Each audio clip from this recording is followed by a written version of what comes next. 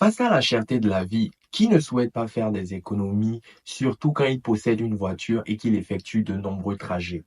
Aujourd'hui, à travers cette nouvelle vidéo, je souhaite te partager quelques conseils qui vont te permettre de te lancer et qui découlent de mes 8 années d'expérience de covoiturage. Tu es certainement intéressé. C'est juste après le générique.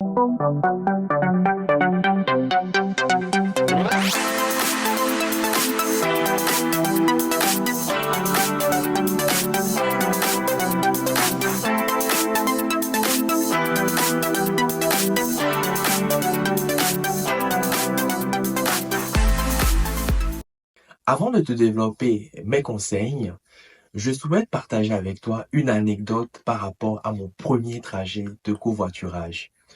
Celui-ci a été effectué en 2016, partant de Bordeaux vers Angers. Angers qui est la ville que j'ai découverte en France lors de mes études en master.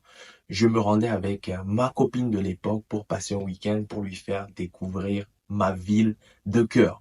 Ville où j'ai passé de nombreux bons moments avec des camarades, des collègues formidables. Le trajet ne s'est pas passé parfaitement bien, ce qui est tout à fait normal parce que c'était mon premier trajet et comme tu le sais certainement, toute chose que tu entreprends pour une première a toujours des ratés, a toujours des couacs. Et qui ne tente rien comme on le dit, qui ne fait rien comme on le dit, ne fait jamais d'erreur. Lors de ce trajet partant de Bordeaux, ville dans laquelle je vivais, pour arriver à Angers, ma ville de cœur, j'ai eu durant ce trajet un covoitureur et pour ce trajet, je n'avais pas été totalement préparé. Je n'avais pas fait le plein d'essence lors du trajet. Je respectais moyennement le code de la route. Sur une portion du trajet, j'avais pris la départementale alors que je l'avais pas notifié dans mon annonce, ce qui a mis en rogne ce dernier. Néanmoins, à la fin de ce voyage, j'ai gardé que du positif qui m'a permis par la suite de continuer à proposer des trajets, à faire du covoiturage, jusqu'à aujourd'hui devenir ambassadeur et surtout au niveau de mon porte-monnaie, cela m'a permis aussi de faire une économie de plus de 6 000 euros. Voilà, ça c'est mon premier trajet, ça c'est ma première expérience.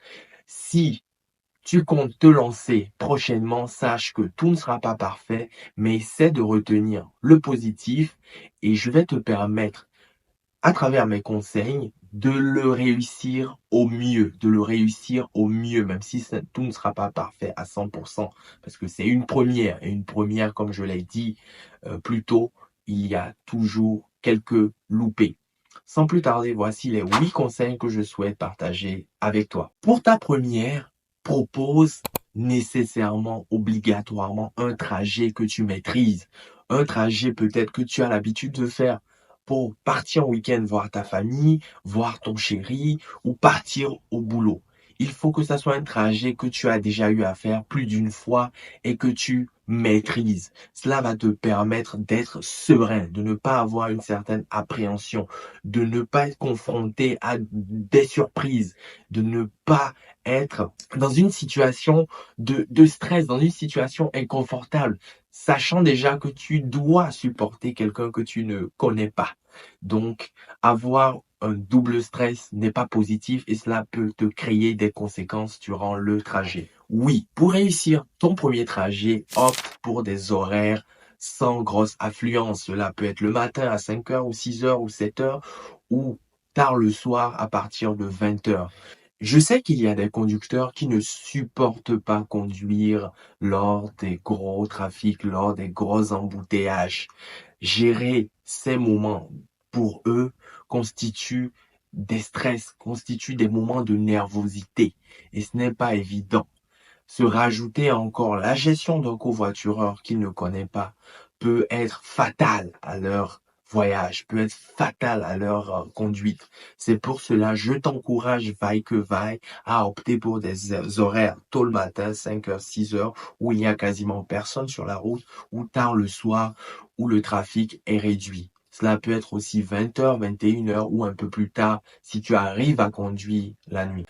Pareil pour le lieu de rendez-vous. Il faut opter pour des lieux simples, des lieux qui te facilitent le stationnement pour accueillir ton covoitureur ou tes covoitureurs, pour faciliter leur rencontre, pour charger les bagages dans la voiture et le faire sur une voie, sur une zone qui n'est pas destinée pour du stationnement, peut encore générer du stress, peut générer de la nervosité.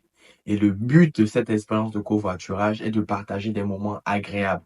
Opte alors pour des lieux simples comme des gares, comme des lieux, des arrêts de métro. Bref, des lieux où tu es sûr que tu pourras aisément stationner. Pour éviter toute ambiguïté, toute source de conflit, sois le plus précis dans ton annonce. Donne tous les détails du lieu de départ. Est-ce que c'est proche d'un arrêt de métro? Est-ce que c'est situé à côté d'une banque? Il faut que tu donnes le maximum d'informations. Est-ce qu'il y a une ligne de bus qui passe là? Est-ce que c'est à côté d'un arrêt? Et pareil pour le lieu d'arrivée, pour qu'il n'y ait pas de surprise. Et je te conseille pour ta première de ne pas faire de détour. Donc notifie-le dans ton annonce que tu ne fais pas de détour, que tu fais que ton trajet de A à B. Et précise également, si tu n'as pas beaucoup de place, que tu prends que des voyageurs avec de petits bagages. Et que si par hasard quelqu'un a un bagage assez important, de te le préciser, de t'en informer pour que tu puisses prendre les dispositions ou pour tout simplement que tu lui notifies ton refus à ce niveau. Pour une sécurité, notamment si tu as une fille, pour que tu sois dans les meilleures dispositions, je te conseille d'acquérir une caméra embarquée. Une caméra embarquée de nos jours ne coûte pas très cher. Avec 30-40 euros, tu peux avoir quelque chose de potable. Cela va discipliner tous tes covoitureurs. Cela va décourager tout comportement discourtois, tout propos blessant, toute réflexion désobligeante. Les gens, à la vue de cette caméra, crois-moi, seront les plus sages possibles. Et cela va aussi te rassurer durant ton trajet. Tu pourras conduire sereinement. Pour une première, je te conseille de prendre un seul covoitureur ou au maximum 2 covoitureurs. Gérer déjà un covoitureur n'est pas évident, surtout si tu n'as pas l'habitude. Surtout si tu es quelqu'un de base timide, réservé. Comme ça, au fil du temps, au fil des voyages, tu pourras augmenter la cadence, augmenter le nombre de covoitureurs parce que tu auras emmagasiné assez d'expérience. Je te conseille aussi pour ton premier trajet d'opter pour la sélection manuelle. Cela va te permettre de vérifier les profils des covoitureurs ou du covoitureur qui souhaite partir avec toi. Et cela va te rassurer également parce que tu auras vu des avis, tu auras vu les commentaires et tu sauras plus ou moins à qui tu auras affaire durant ton trajet.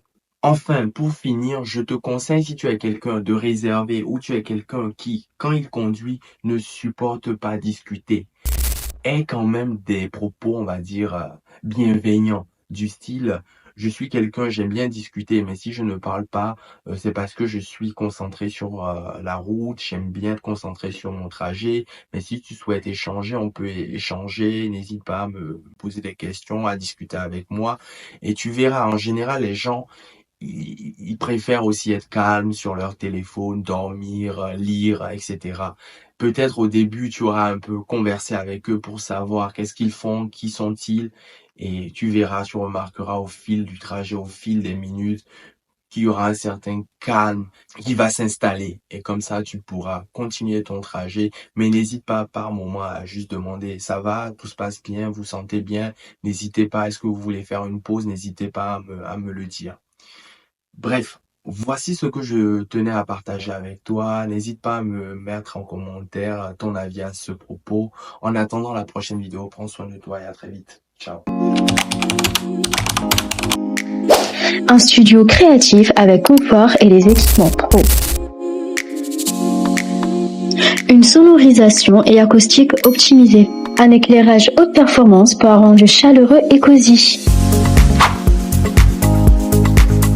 Des microphones de haute performance pour une expérience inoubliable.